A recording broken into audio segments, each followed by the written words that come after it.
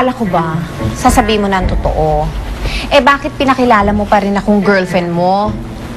Buti na rin yun. Para maniwala siya naka-move on na ako. Eh ano? Isipin niya, bitter ako, ganon. Tapos akong talunan. Hindi na. Ay, ganon? Ganon? Oo. Saan yun? Ginagamit mo lang ako.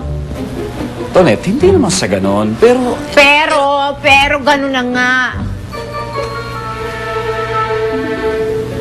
Ba't nagagalit ka ba? Eh kung sabihin kong oo, titigilan mo na ba? Pero galit ka nga.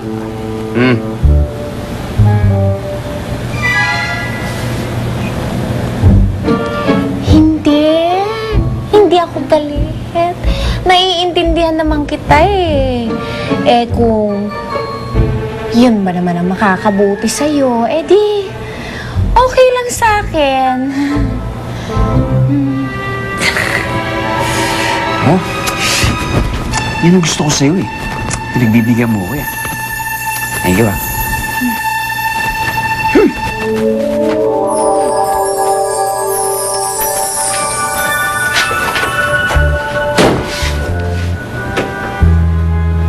Siyempre. Ikaw pa.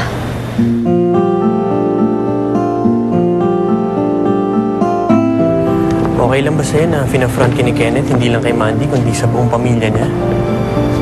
Eh, ganun din naman yung ginagawa ko sa'yo eh. Pinagpa-front kita, di ba? Pero magkaiba yon. Ako, willing ako gawin yun para sa'yo. Eh, ikaw, hindi mo naman binavolunteer ang sarili mo.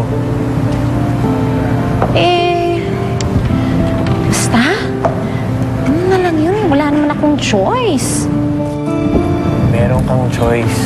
Ang tao, laging may choice. Pwede siya tumanggi o sumigi. Lagi kang may choice, hindi yung ganun na lang. Stop the car.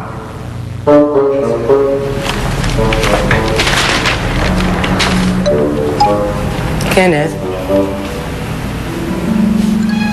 is there something going on between you and Nikki? Kita, kakasal na si Nikki kay Kuya. Oh, so meron nga. Eh, bakit hindi ka gumawa ng paraan noon bago pa ma-engage si Nikki sa kuya mo? Wait lang, ha? Nagagalit ka ba sa akin? Sinisermonan mo ba ako?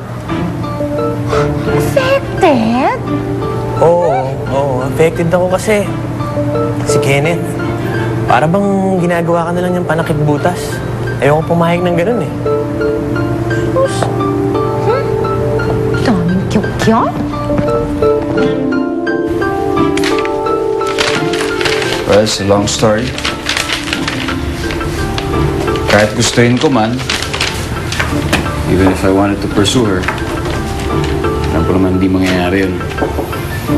At the end of the day, ang gusto pa rin ng magulang niya masusunod at ang kasunduan pa rin ni Papa at ng kanyang parents ang mananaig. So, I guess ibig sabihin nun, tinatanggap mo ng pagkatalo mo. Well, if you're going to ask me, I'll say now, let it go. Darling, naniniwala kasi ako that love should never be a burden or a struggle. Kung nalalagay ka sa alanganing sitwasyon, baka dapat nga i-give up mo na ito. Baka hindi ito ang para sa'yo. Baka hindi si Nikki ang para sa'yo.